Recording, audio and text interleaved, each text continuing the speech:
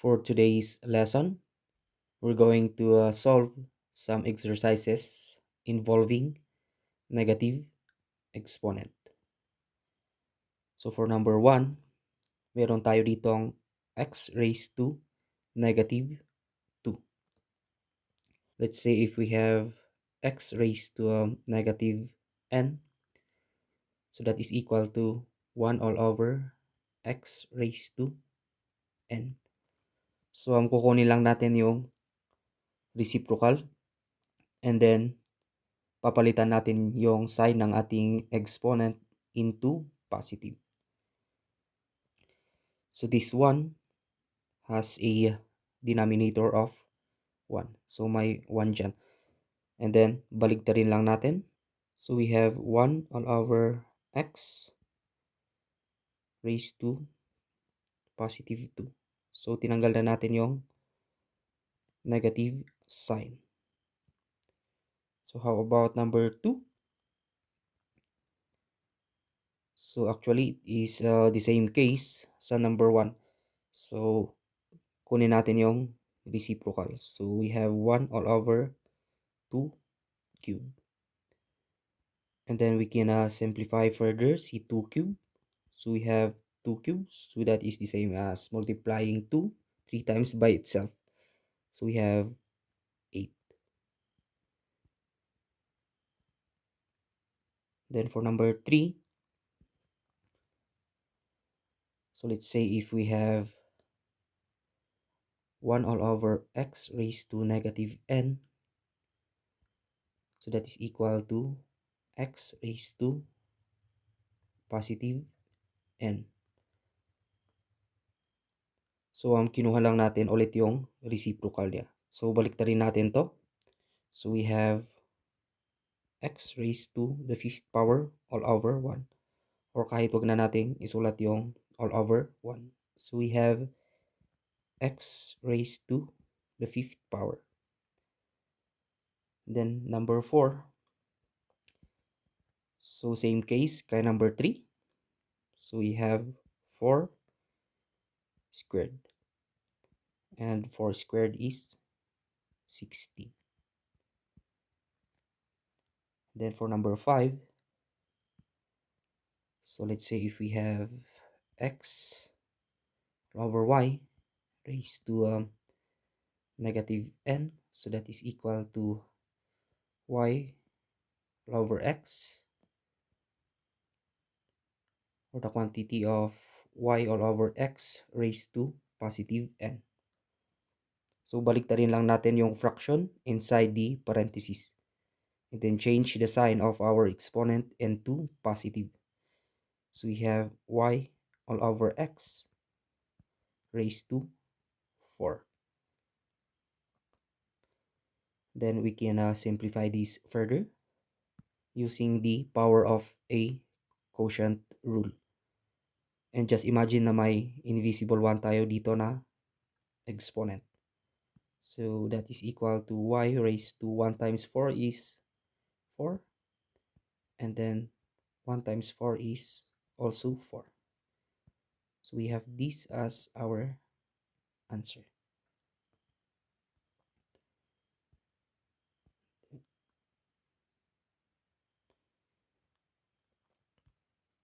And then for number 6, baligtarin natin yung fraction inside the parentheses. So this is equal to 3 raised to 3 over 2 raised to 3. And 3 cubed is 27 over 2 cubed. So that is 8. And then for number 7,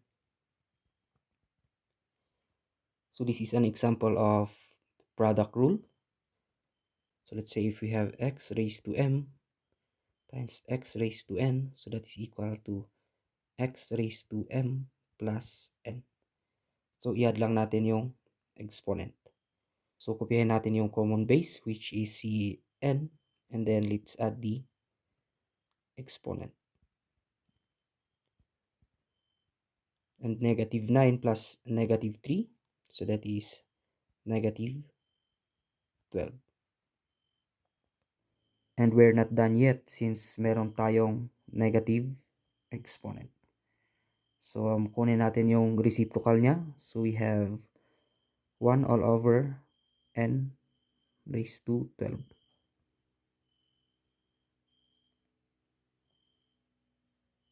Number 8. So, dito, meron tayong two ways in order to solve this problem. Pinakamadali ay yung power rule. So, let's say if we have the quantity of x raised to m raised to the nth power, so that is equal to x raised to m times n. So first, kopyahin muna natin yung base inside the parentheses. And then, i-multiply natin yung mga exponent. So we have y raised to 2 times negative 7. So that is negative 14. Then again, meron tayong negative exponent. So kunin natin yung reciprocal. So that is 1 all over y raised to 14.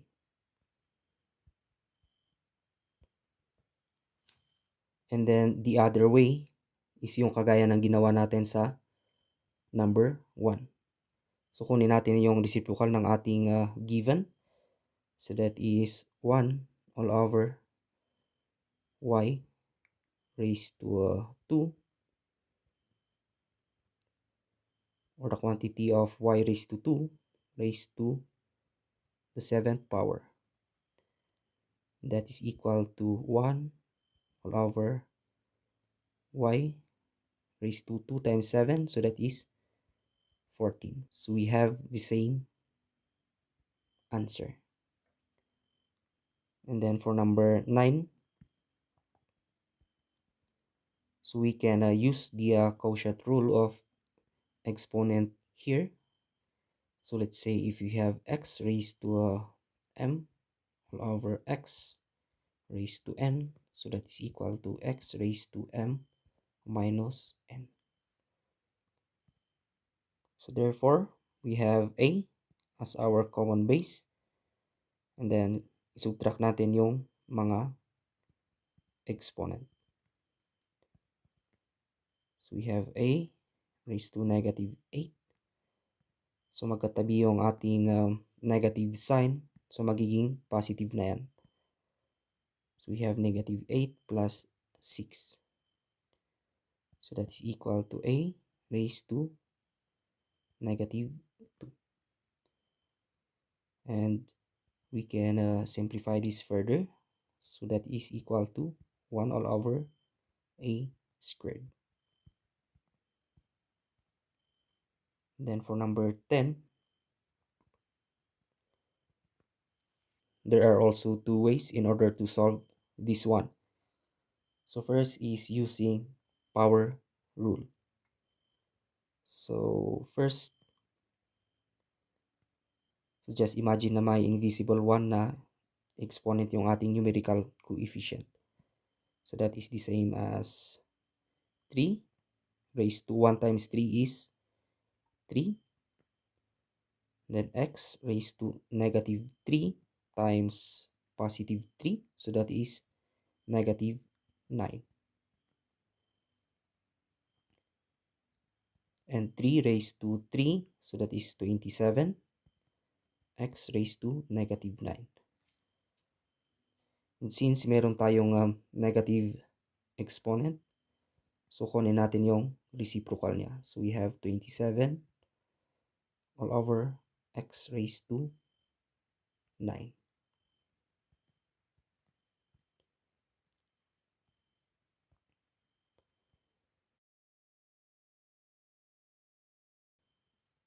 And the other way to solve this one is kunin natin yung reciprocal niyan. So that is equal to 3 all over x raised to 3.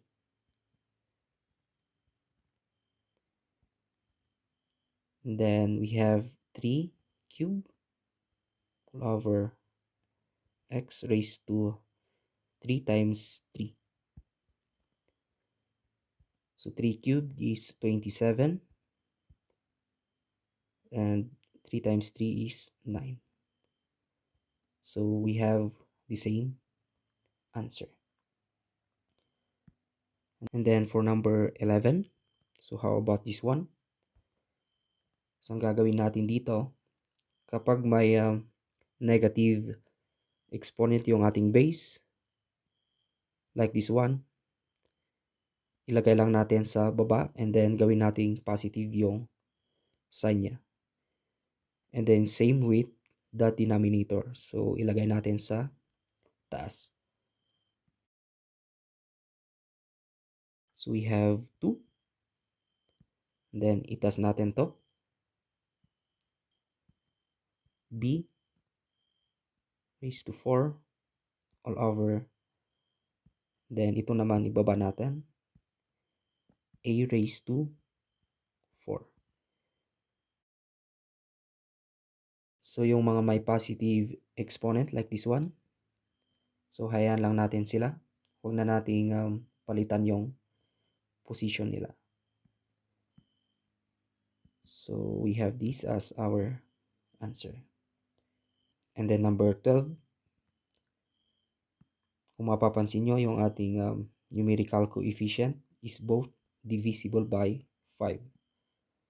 So we can reduce that as 1/3. So kahit huwag na natin isulat yung 1 sa ating numerator. And also we have y squared and then x cubed. The next, lagay natin to sa denominator. So we have x raised to 4 and then this one sa numerator. So we have y raised to 5.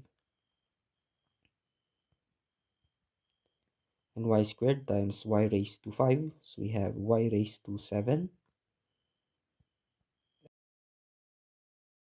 And x cubed times x raised to 4 is 7. So we have this as our final answer. Okay, so let's proceed for our last 3 example. For number 13, 12 and 4 is both divisible by 4. So we have 3 x squared, then y raised to 4. Now this one, ilagay natin sa denominator. So we have y raised to 5. And then this one sa denominator. So we have z raised to 9. And then this one also, lagay natin yan sa numerator. So we have z raised to 3.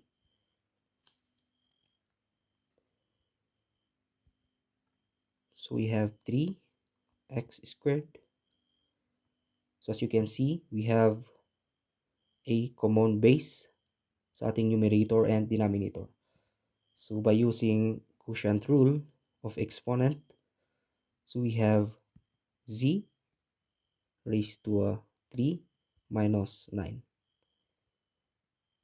And then sa denominator, we have y raised to 4 times y raised to 5. So that is 4 plus 5. So that is 9.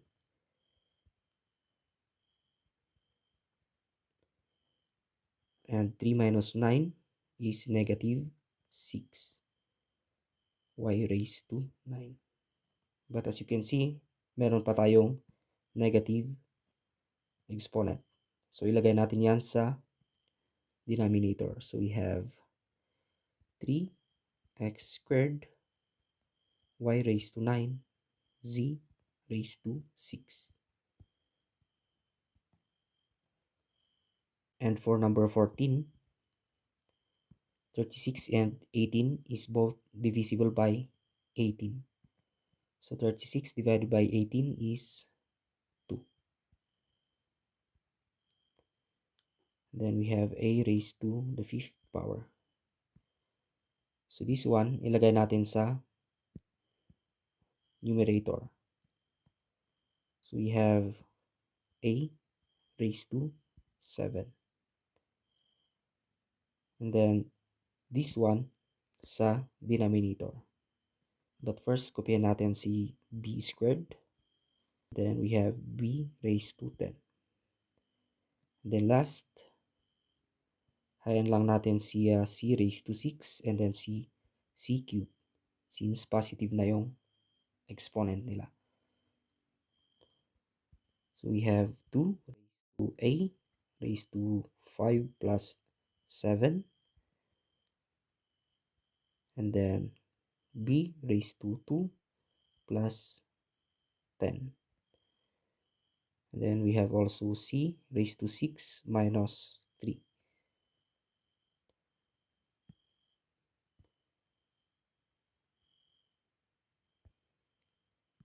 So this is equal to 2a raised to 5 plus 7 is 12. And then 6 minus 3 is 3. And then 2 plus 10 is 12. So ito na ang ating final answer. Then for our last problem, so there are two ways in order to solve this one. So yung una is yung power rule. So first, kopyahin natin yung base inside the parentheses. And then multiply natin yung mga exponent. So we have 3 raised to negative 3 times negative 2. So that is positive 6. And 3 raised to 6 is 729.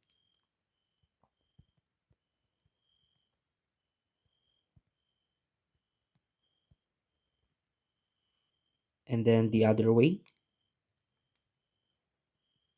so kunin natin yung reciprocal niyan. So we have 1 all over the quantity of 3 raised to negative 3 raised to the second power.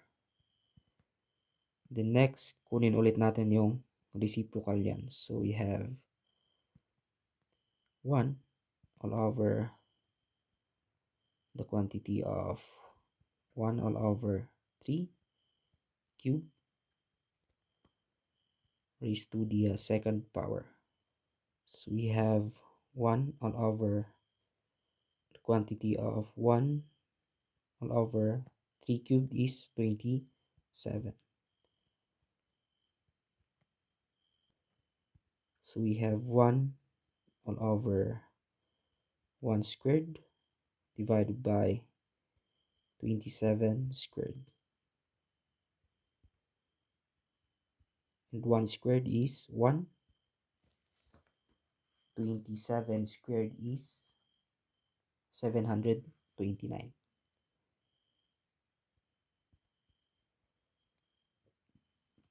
And as you can see, we have a complex fraction. So ang gagawin natin dito, kunin natin yung numerator natin and then i-multiply natin sa reciprocal ng ating fractional denominator. So we have 1 times reciprocal of this is 729 all over 1 or just simply 729. And 729 times 1 is 729. So as you can see, we derive at the same answer. And as you can see, mas madali kapag ginamit natin yung power rule. So that's it. So sa baba is practice exercises for you. And i-pause nyo lang tong video, and after 10 seconds, ipapakita ko na yung sagot. So, yan lang sa video natin ngayon. So, thanks for watching.